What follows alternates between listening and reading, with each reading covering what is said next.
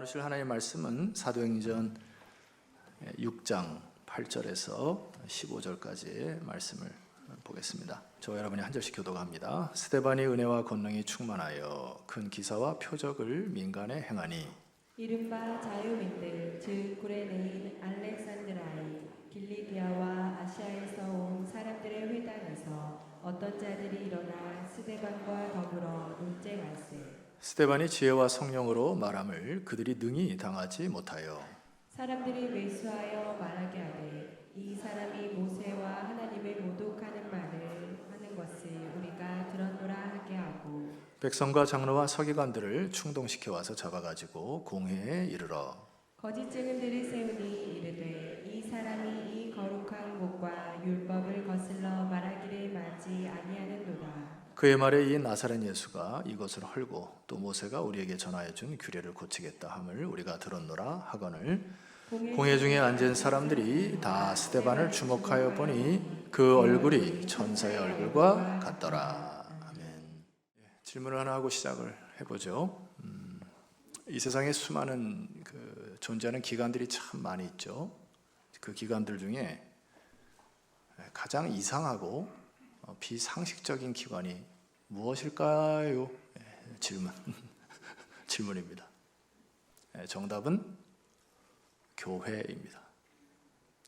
아니 목사님 지난주까지 교회가 소망이라면서 오늘은 가장 이상하고 비상식적인 기관이라 말씀하신 이유가 뭡니까? 잘 들어보세요. 한국말은 끝까지 들어봐야 됩니다. 일단 세상 사람들이 우리를 보는 시선을 보게 되면은 참 이상합니다. 왜냐하면은 우리들이 말하는 신이라는 존재를 보여줄 수도 없어요. 눈에 보이지도 않습니다. 그런데 그를 경배한다고 매주마다 모여요. 근데 그것도 부족해서 수요일 날 모입니다. 그것도 부족하니까 금요일도 오고 새벽 기도도 오고 예전에 민원이 한번 들어왔을 때 니네들은 밤에 뭐 하는데 그렇게 모이냐? 아니 금요일 밤에 뭐하러 모이냐? 막 이렇게 보니 이해가 안 된다. 너네 참 이상한 조직이다. 막 이렇게 민원이 들어왔던 적이 있습니다. 참 희한한 거는 우리 세상 속에 살다가 교회를 오신 분들 중에 세상 쪽에 살 때는 술 한 잔을 걸쳐야 밤새 3시간, 4시간 얘기하고 떠들었는데 어떻게 저들은 술 한 잔 없이 3, 4시간을 떠들 수 있는가? 이해하지 못했던 우리 성도들도 계실 것입니다. 더 희한한 게 있어요. 시간 들여 내가 벌어둔 힘다 벌어놓은 재물도 들여 그 정도가 아닙니다. 어떤 사람은 자기의 인생 전체를 바쳐요. 제가 예전에 그 호프 선교사의 수련회를 인도하러 갔는데 한 8, 90%가 추방을 당했거든요. 그러니까 이제 그쪽에서 살아가는 것 자체가 위험하고 그 생존 자체가 위험한 이제 상황 속에서 참 그 마음에 도전이 되는 게 뭐가 있냐면은 어쨌든 현장에 가면 스트레스를 받고 굉장히 위협이 많을 텐데도 이들이 이제 한국에 한 3박 4일 수련을 하면서 이제 몸과 마음을 좀 쉬어야 되거든요. 그래서 충분히 쉬고서 목사님 빨리 중국 가고 싶습니다. 그래요. 거기가 제 고향 같습니다. 하고 중국으로 달려가는 선교사들의 뒷모습을 보고 참 감동입니다. 세상 사람들이 이해가 안 가는 거예요. 주중에 제가 어느 성도님과 대화를 하다가 아는 지인이 평생 동안 아르헨티나의 그 복음을 믿지 못한 사람들의 마음에 짓눌려서 선교사로 가가지고 또 파라과이로 이전을 했다가 거의 20년 만에 처음 한국 땅으로 밟았는데 몸이 아파가지고 한국에서 수술을 받아야 되기 때문에 사랑하는 조국을 뒤로하고 평생 동안 낯선 타지에서 살아가는 참 세상 사람들이 볼 때는 이해가 안 가는 조직이 바로 교회입니다. 그런데 그렇게 이상하고 비상식적인 교회가 소망이 있다는 역설입니다. 제가 이 존 스토트 목사님을 참 좋아하는데요. 존 스토트 목사님 글로 만나가지고 이 살아있는 교회라고 하는 그 글 가운데 한 내용을 여러분에게 소개시켜 드릴까 합니다. 제가 이제 금요일 날도 일부를 소개시켜 드렸는데 여기 보면 나에게는 교회에 대한 꿈이 있습니다 하면서 그것은 돌보는 교회로서 회중은 여러 인종, 나라, 연령, 사회적 배경으로 구성돼요. 하나님의 가족의 하나됨과 다양성을 드러내고 따스하고 환영하는 분위기에서 교제하며 분노나 이기심으로 인하 질투나 교만으로 훼손되지 않고 교인들은 순수한 마음으로 뜨겁게 서로 사랑하고 서로 참고 서로 용서하고 서로의 짐을 지고 외로운 사람에게는 우정을, 약자에게는 도움을 주고 사회에서 멸시받고 거절당한 사람들을 품어주고 사랑, 곧 매력적이고 쉽게 전이되고 거역할 수 없는 하나님의 사랑이 세상 밖으로 흘러넘치는 교회입니다. 나에게는 돌보는 교회에 대한 꿈이 있습니다. 동의하십니까? 그렇기 때문에 교회가 소망인 거예요. 제가 이 말씀을 여러분에 드리는 이유는 교회가 완벽해야 된다 말씀드리는 것도 아니고 교회가 이상적인 교회가 되어야 된다고 하는 말씀 드린 것도 아닙니다. 어쩌면 교회라는 것이 매스컴에 비추은 타락한 교회들의 모습을 보게 되면 너무나 비상식적이고 너무나 비탄을 받기에 마땅한 교회들도 많이 있지만 그리고 어떻게 보면 하나하나 우리 여러분들 보게 되면 제가 가끔 표현하는 단어입니다만은 교회는 사실 병원과도 같습니다. 세상에서 이리 치이고 저리 치이고 그 다음에 몸둘 바를 모르고 갈등을 일으키다가 위로받을 곳이 없어서 찾아온 곳이 교회 아닙니까, 여러분? 그런데 이 교회는 사회 조직과 다르게 한 주일만 해도 수백 명들 여러분들이 지나가면서 만나니까 왜 갈등이 없겠어요? 여러분 그냥 슬쩍 한번 보세요. 옆에 사람. 이 사람 참 나랑 다르거든요. 보기도 싫습니까? 근데 희한한 거는 이런 모임이 왔는데 어느 순간 내 상처가 치유되고 할렐루야 나도 모르게 예배드리고 말씀드리고 교제하는데 내 신앙이 자라서 내 입에서 찬송이 흘러나오는 그것이 살아있는 교회의 모습입니다. 문제가 발생이 되지만은 그 문제를 문제로 여기지 아니하고 끊임없이 우리는 성숙하고 변화하고 치유하여 살아있는 교회, 살아나는 교회의 중요한 원리, 이것이 우리가 붙들어야 할 참된 표지인 것이죠. 오늘 그래서 제가 여러분과 함께 본문을 통해서 한 두 가지 원리를 좀 나눠보고자 합니다. 자, 첫 번째는 오늘 이 6장의 1절을 여러분이 한번 같이 읽어보도록 하겠습니다. 1절입니다. 함께 읽읍시다. 시작. 그때에 제자가 더 많아졌는데 헬라파 유대인들이 자기의 과부들이 매일의 구제에 빠짐으로 히브리파 사람을 원망했습니다. 당시 추정으로 근 몇 달간에 이 예루살렘에 한 2만 명 되는 교인들이 생기기 시작한 거죠. 그러니까 교회가 막 지금 사람들이 막 구름대처럼 몰리기 시작해서 당연히 갈등의 구조가 생겼다라고 하는 얘기죠. 근데 여기에 보게 되면 히브리파 사람과 헬라파 사람이 있는데 이제 히브리파 사람이 기존 기득권 세력이었고 그다음에 복음을 전파받아서 새로 들어온 사람을 헬라파 사람이다. 헬라에 흩어졌던 사람들이 모여가지고 이 두 그룹이 섞이게 되었으니 당연히 갈등이 있을 수밖에 없었다. 제가 지어낸 말인데 한번 퀴즈 한번 맞춰보세요. 새 중에 가장 짜증내는 새가 있습니다. 새 중에 저 그 새만 봐도 짜증내는 새가 하나 있어요. 무슨 새일까요? 텃새.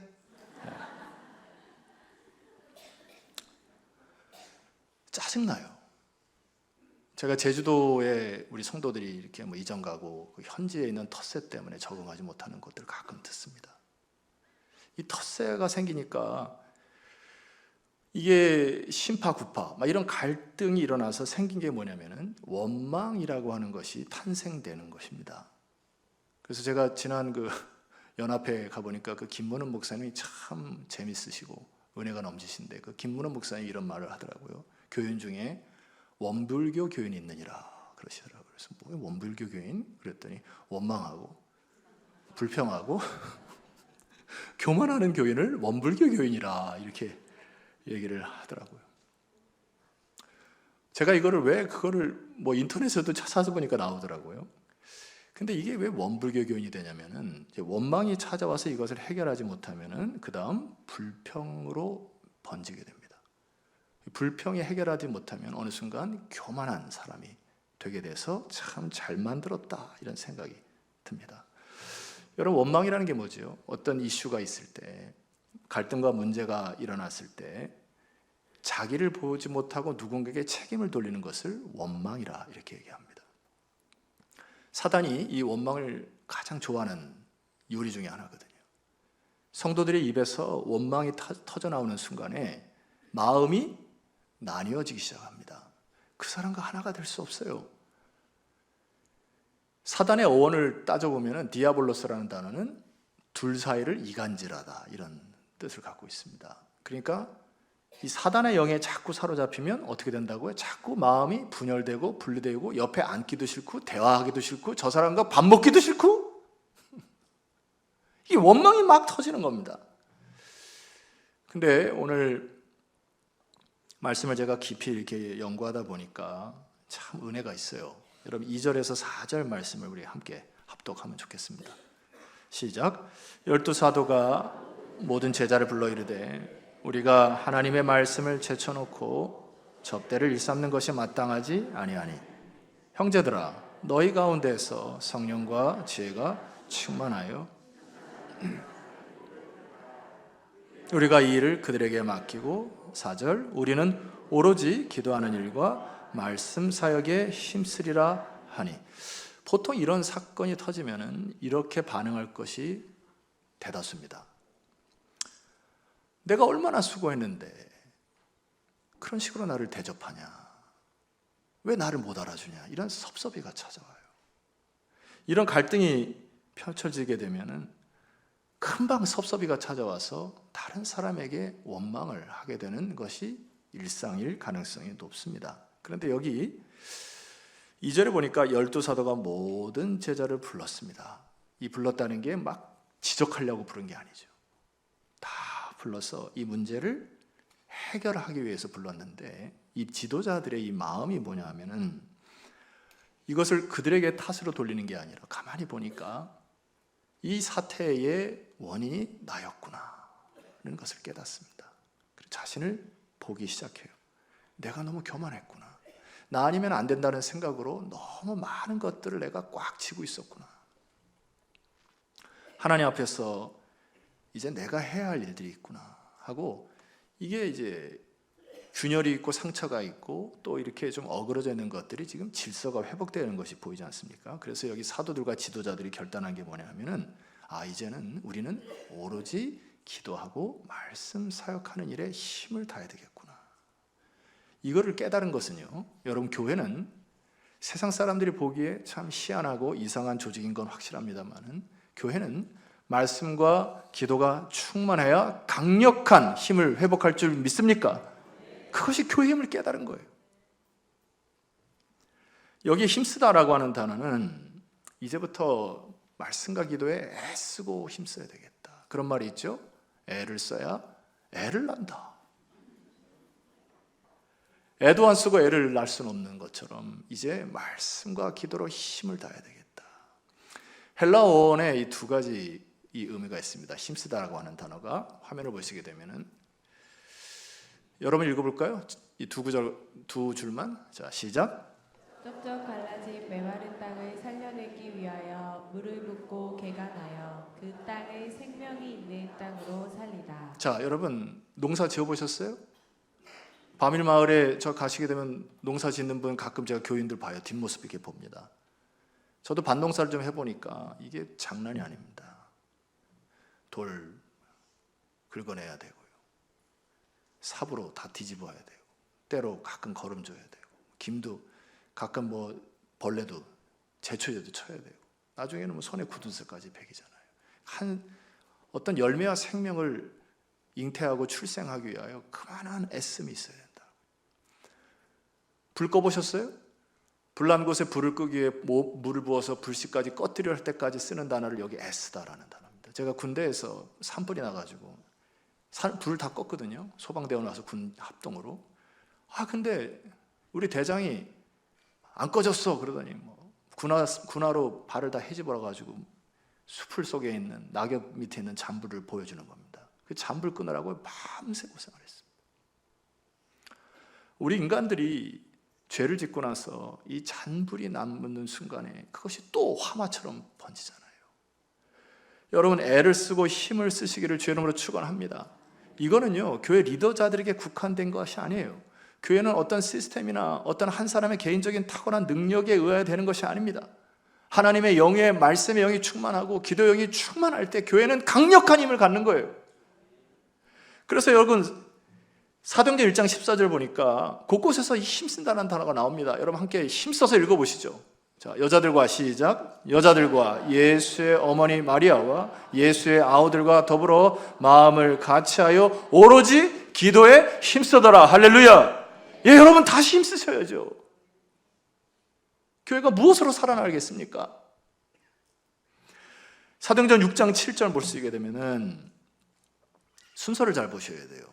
하나님의 말씀이 점점 왕성하여, 그 다음 예루살렘에 있는 제자의 수가 더 심히 많아지고, 이 축복이 우리 교회에 있기를 소망합니다.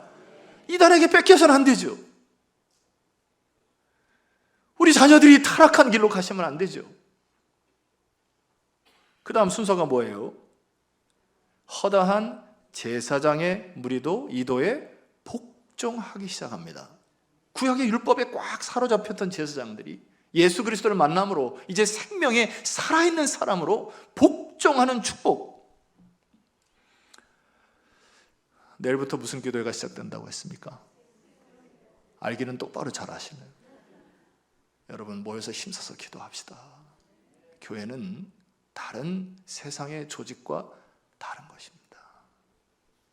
시스템으로 되는 것도 아니고 개인의 능력으로 되는 거 아니고 목회자 한 사람이 설교를 잘한다고 되는 것도 아니고 말씀이 충만한 반석교회를 세워갔으면 좋겠고요.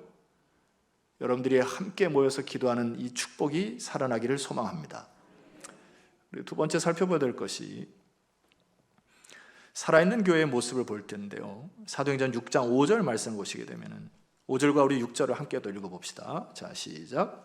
온 무리가 이 말에 기뻐하여 믿음과 성령이 충만한 사람 스데반과 또 빌립과 프로그로와 니가노르와 디몬과 바메나와 유대교에 입교했던 안디옥 사람 니골라를 택하여 6절 사람들을 앞에 세우니 사도들이 기도하고 그들에게 안수하니라. 자, 여기 5절에 보니까 온 무리가 이 말을 기뻐했다 이렇게 쓰여 있습니다. 뭐 했다고요? 기뻐했다. 되는 교회입니다. 주께서 사역을 맡기시고 교회가 조직을 개편하여 역할을 맡길 때 이것을 기뻐할 때 교회는 살아나게 됩니다. 여러분 물어보세요. 안 바쁜 사람, 여러분 인생 삶에 별로 나 안 바빠 했던 적 별로 없을 거예요. 목사님 제가 일을 하려 보니까 제가 좀 노쇠해가지고 그런 소리 하지 마세요. 여러분 젊었을 때가 언제입니까? 따라합시다. 바로 지금. 사진을 찍어본 말입니다. 여러분 집에 가서 오늘 사진 찍은 것이 가장 젊을 때. 그 지금 하나님의 역사에 순종하지 못하면 말입니다. 세월 금방 지납니다. 언제 충성하라고요? 바로 지금. 이 하나님의 나라는 개인의 힘과 능력으로 하는 게 절대 아니죠. 예를 들어서 사회적인 조직으로 보게 되면은 이 바울 뒤에 2인자가 바나바입니다. 그러니까 바나바를 세워서 어쩌면 통솔을 할 수 있을 텐데 그렇게 하지 않아요. 여기 보면 믿음과 지혜가 성령이 충만한 7사람을 뽑아서 그들에게 맡기기 시작했다는 얘기입니다. 그러니까 히브리파 사람들은, 히브리파 유대인들은 12사도는 다 히브리파 유대인이었고 여기에 실질적으로 일하는 사람들은 헬라파 유대인들을 뽑아가다가 역할 분배를 잘했다는 얘기입니다. 그래서 이것을 온 무리가 기뻐했다. 하나님의 나라에 있어서는 누가 앞이고 뒤고 누가 1등이고 2등 없습니다. 여러분 반석교회에서 제 담임이 1등이에요? 그런 거 없어요. 앞서고 뒤서고 그런 것이 없습니다. 역할과 기능이 다 다른 것이고요. 각자의 역할이 귀한 것임을 믿으십니까? 그래서 여기 7 집사가 다 각자 역할을 했으므로 살아있는 교회처럼 번져갔는데, 그 중에 대표적인 한 사람 스데반을 우리에게 보여주면서 이 스데반의 역사를 통해 하나님의 이루어지는 걸 보여주는 것이 이 내용입니다. 7 집사 중에 한 3사람 정도만 그 이후에 일이 나와요. 빌립과 니골라, 그리고 나머지 4사람은 역사의 뒤안길로 사라지는데, 여러분 사라졌습니까? 그들이 그냥 무명입니까? 아니요.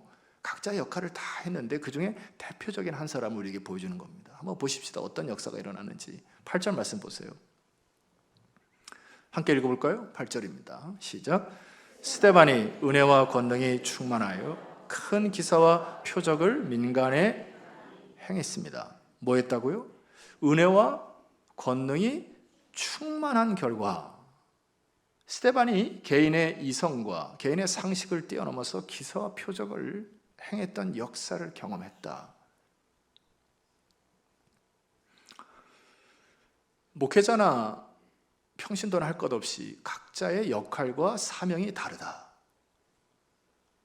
그럼 사모했으면 좋겠습니다. 도전 하나 드릴까요? 포도원 교회, 김문우 목사님 포도원 교회를 심호하시는데 교회 자랑을 하시더라고요. 설교 때. 그런 건 가끔 하면 되는데 자랑을 너무 많이 해가지고 내가 그 중에 하나만 말씀드릴게요. 자기 교인 중에 1년 동안 주일학교 아이들을 위해서 그냥 헌신하는 한 집사님이 계신답니다. 1년 동안 400명을 전도했다는 얘기예요. 그런데 그거를 교회에다가 재정 청구를 하지도 않고 본인 자비를 털어가지고 그냥 틈만 나면 학교 앞에 가서 전도하고 애들 뭐 이 리스트 적어놓고 기도하고 1년 결산해보니까 한 사람이 400명. 스데반이 은혜와 권능이 충만하여 큰 기사와 표적을 민간에 행할 때 살아있게 됩니다. 각자 역할에 충성해 주시기를 부탁합니다. 자, 이 스데반의 역할을 통하여서 이제 사단이 이제 스데반을 넘어뜨리려고 하죠. 9절 말씀 보니까 이른바 자유민들, 즉 구레네인, 알렉산드리아인, 길리기아와 아시아에서 온 사람들이 회당에서 어떤 자들이 일어나 스데반과 더불어 뭐 했다 했습니까? 논쟁했습니다. 지금 분위기가 심각하지가 않아요. 심각합니다. 스데반과 이제 그 논쟁이 일어났는데 서로 양보하지 않습니다. 10절 이하에 보니까 스데반이 지혜와 성령으로 말함을 그들이 능히 당하지 못하여 가지고 11절 사람들을 매수하여 말하게 했습니다. 사람을 사서 이 사람을 어떻게 걸까? 지금 가진 지혜를 다 쓰고 있는 상황입니다. 이 사람이 모세와 하나님을 모독하는 말을 것. 여러분 이 공회에서 신성 모독죄는 돌로 쳐 죽이게 되기 때문에 지금 신성 모독죄를 몰고 있습니다. 그래서 12절 마침내 백성과 장로와 서기관들을 충동시켜 와서 잡아가지고 공회에 넘겨버렸습니다. 여러분 이 순서를 가만히 보시게 되면은 예수님이 십자가에 못 박힌 것과 거의 유사합니다.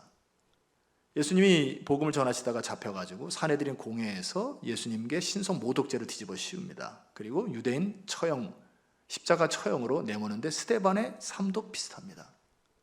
그런데 스데반도 예수님처럼 타협하거나 변명하거나 주눅들지 않습니다. 그 안에 지혜와 성령이 충만하니 이 영원한 천국, 어미하신 하나님의 나라를 사모하는 그의 마음속에 꽉 차있는 이 영광의 빛을 세상에 허접할 것 없는 저들 앞에 무릎 꿇지 않는다고 하는 이 충만함이 꽉 차있어요. 15절 말씀 보세요. 공회 중에 앉은 사람들이 다 스데반을 주목하여 보니 그 얼굴이 천사의 얼굴과 같더라. 그 주변에 있는 사람들이 입에서 입으로 전해지는 말씀이었습니다. 여러분 이 힘의 근원이 어디서부터 왔을까?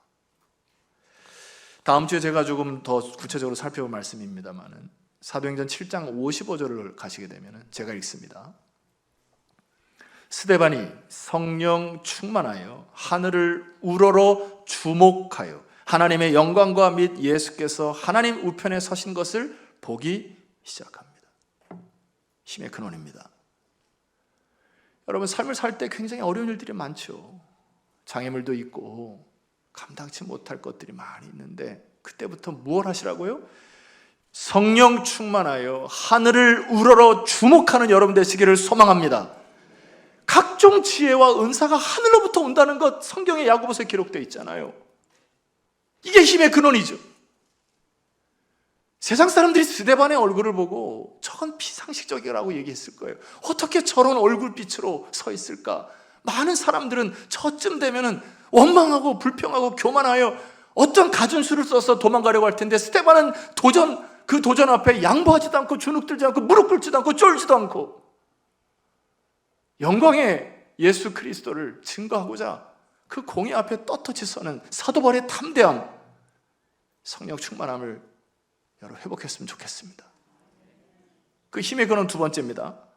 사도행전 7장 58절에 보니까 성 밖으로 내치고 돌로 칠세 증인들이 옷을 벗어 사울이라는 청년의 발 앞에 두었다 했습니다. 이때 당시에 공회에서 가장 대표자에게 그 증인될 사람들이 옷을 벗어서 두는 관례가 있습니다. 그러니까 여기 볼 때 사도 바울이 대표였어요. 그 사울이라는 청년이. 그 다음 말씀 봅시다. 59절. 그들이 돌로 스데반을 치니 스데반이 부르짖어 이르되 주 예수여 내 영혼을 받으시옵소서 하고, 우리 60절을 함께 선포하겠습니다. 시작. 무릎을 꿇고 크게 불러 이르되 주여 이 죄를 그들에게 돌리지 마옵소서. 이 말을 하고 자니라. 비상식적이죠.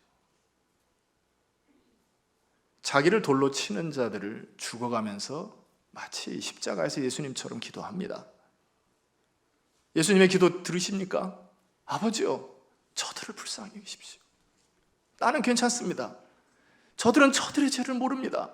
그 예수의 충만한 영이 이 스데반의 가슴속에 꽉 차 있어요. 자기를 죽이는 사람에게 오히려 아버지요, 저들을 용서하여 달라는 기도가 나옵니까? 이 소리가 말입니다, 그 시퍼렇게 서 있는 세상의 원망과 불평과 교만으로 꽉 차 있는 사울의 심장에 꽂히는 거예요. 어떻게 저럴 수 있을까? 어떻게 저렇게 용서의 기도가 나올 수 있을까? 그 생명의 씨앗이 사울이라는 청년의 가슴에 박힙니다. 그리고 스데반의 얼굴, 자기는 죽이려고 그렇게 악마처럼 서 있는데 천사의 얼굴로 죽어가는 스데반의 얼굴을 사도 사울이라는 청년이 그의 눈에 선하게 꽉 찹니다. 여러분, 스데반의 죽음이 헛됐습니까? 스데반의 헌신과 희생이 개죽음입니까? 아무도 기억하지 않은 죽음입니까? 아니요. 그것은 하나님 앞에서의 영광의 죽음임을 기억하셔야 합니다. 우리가 때로 신앙생활할 때 이런 경우가 많아요. 내가 누구도 모르게 이런 희생을 해도 되는가?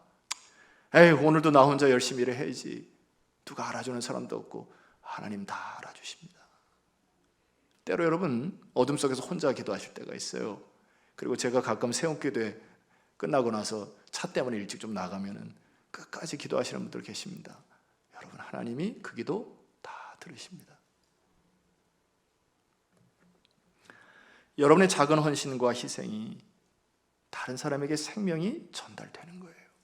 그래서 스데반의 그 순종이 사울이라는 청년의 가슴에 박히고 그의 눈에 환하게 영향력을 줘서 나중에 위대한 사도로 탄생되는 이 선순환의 모습 보세요. 이것이 살아있는 교회입니다.